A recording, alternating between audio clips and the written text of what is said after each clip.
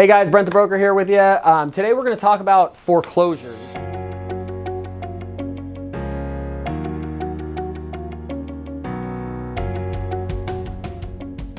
Before we jump into today's video, subscribe to the channel, turn bells on for notifications, drop us a like if we're adding any value to your life, and stick around to the end of the video for the pro tip of the day.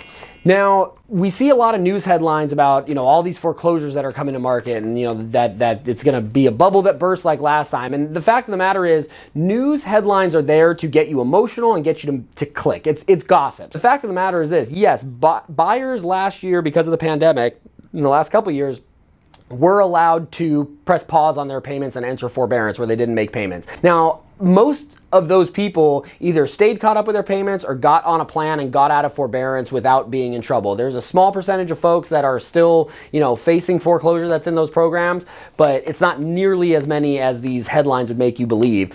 In fact, in the last 2 years, there were 413,000 fewer foreclosures than had been averaged in the years prior. So foreclosures are way down, guys. And there's a few reasons for that. Homeowners have plenty of equity to sell. So if I'm struggling to make my payment and I got a bunch of equity in my house, I'm not going to let the bank foreclose. I'm going to sell it onto the market and, maximize the amount of money I get in my pocket and get out of it that way rather than letting the bank foreclose on a bunch of them all at once. So plenty of equity. There have been fewer foreclosures the last 2 years. So the flood of supply, just isn't coming the way that it's being indicated in the news. And the last thing is that the current market, because of how low inventory is, can easily absorb any new listings that come on by way of foreclosure. Today's data shows that most homeowners are exiting their forbearance plan fully intact, and there's just not this flood of foreclosures coming that the news would have you believe, and the proof is in the data. The pro tip of the day is this: